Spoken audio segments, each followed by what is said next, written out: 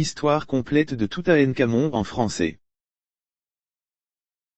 Toutankhamon, souvent appelé « le roi enfant », est l'un des pharaons les plus célèbres de l'Égypte ancienne, bien que son règne ait été relativement court.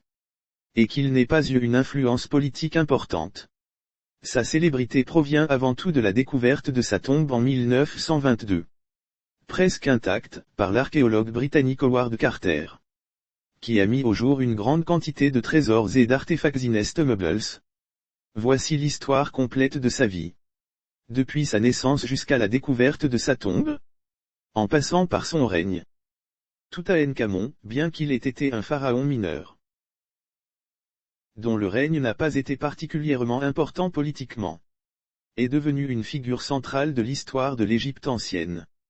Sa tombe intacte et la découverte de ses trésors ont ouvert une fenêtre fascinante sur la culture, l'art et les croyances de l'Égypte antique. Aujourd'hui, Toutankhamon est plus qu'un simple pharaon. Il est un symbole de l'Égypte ancienne.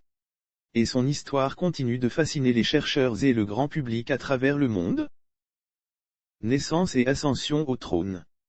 Toutankhamon est né vers 1341 avant J.C. pendant la Xvi dynastie.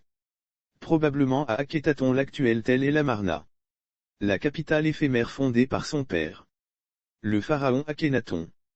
Il est le fils d'Akhenaton et de l'une de ses nombreuses épouses, probablement Kiye, une concubine secondaire cependant.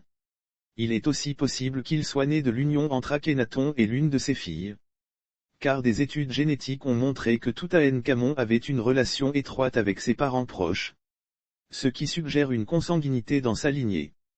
Toutankhamon accéda au trône vers l'âge de 9 ou 10 ans, après la mort de son père, Akhenaton, et de son frère aîné, Smenkhkarê, qui aurait régné brièvement avant lui. Lors de son ascension, il prit le nom de Toutankhamon, ce qui signifie « l'image vivante d'Amon », un retour à la religion traditionnelle de l'Égypte. Car son père Akhenaton avait imposé le culte d'Aton, un dieu solaire unique. Le rôle des régents et la régence.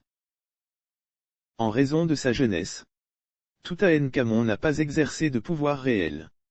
Le véritable pouvoir était entre les mains de ses régents. Principalement le viziré, un ancien haut fonctionnaire sous Akhenaton, et Horemheb, un général influent, qui était également le beau-père de Toutankhamon, exerça une grande influence pendant la jeunesse du pharaon. Et il se succéda lui-même sur le trône après la mort de Toutankhamon. Horemheb, quant à lui, était un homme de guerre et joua un rôle majeur dans les affaires militaires de l'Égypte à cette époque. La restauration religieuse et la politique. L'un des événements les plus importants sous le règne de Toutankhamon fut la restauration du culte d'Amon, après la mort d'Akhenaton, et la chute de son système monothéiste. Toutankhamon et ses régents rétablirent l'ancienne religion polythéiste égyptienne. Il déplaça également la capitale de l'Égypte d'Akhenaton, Tel El Amarna, vers Thèbes, où le culte d'Amon était très puissant.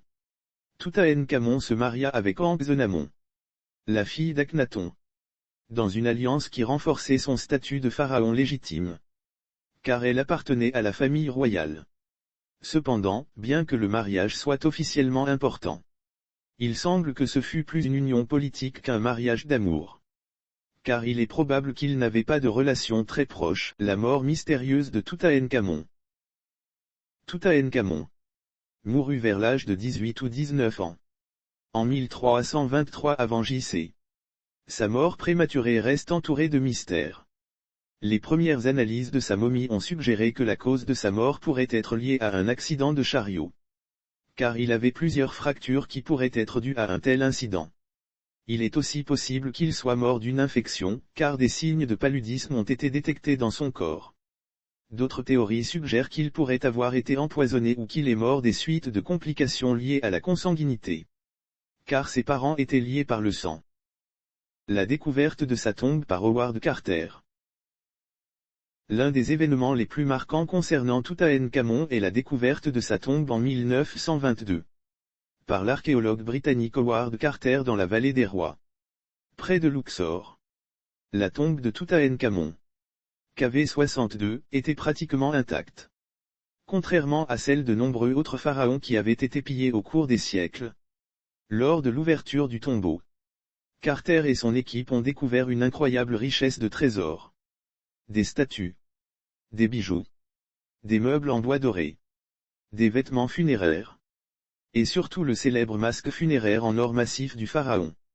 La découverte de la tombe de Toutankhamon a été un moment clé dans l'histoire de l'égyptologie, et a captivé l'imagination du monde entier.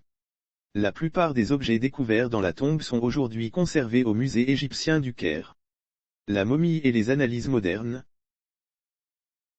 La momie de Toutankhamon a été analysée à plusieurs reprises.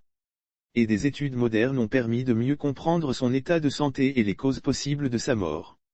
Une tomodensitométrie réalisée en 2005 a révélé qu'il souffrait de malformations génétiques dues à la consanguinité. Une conséquence probable des mariages intrafamiliaux pratiqués dans la famille royale. Il avait également des traces de paludisme, ce qui suggère qu'une maladie parasitaire aurait pu contribuer à sa mort prématurée. De plus, des fractures sur sa jambe gauche ont renforcé la théorie selon laquelle un accident aurait pu jouer un rôle dans son décès. Héritage et importance.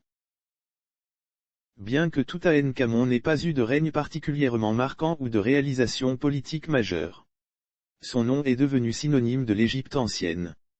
En grande partie à cause de la découverte de sa tombe et des trésors qu'elle contenait. Cette découverte a permis de mieux comprendre les rituels funéraires égyptiens, l'art de l'Égypte ancienne et les coutumes religieuses. Et elle a contribué à la préservation de l'histoire de l'Égypte antique. Le masque funéraire de Toutankhamon, en particulier, est devenu un symbole mondialement reconnu de l'Égypte ancienne et de son patrimoine. Il incarne la grandeur et la richesse des pharaons, tout en illustrant la sophistication de la civilisation égyptienne.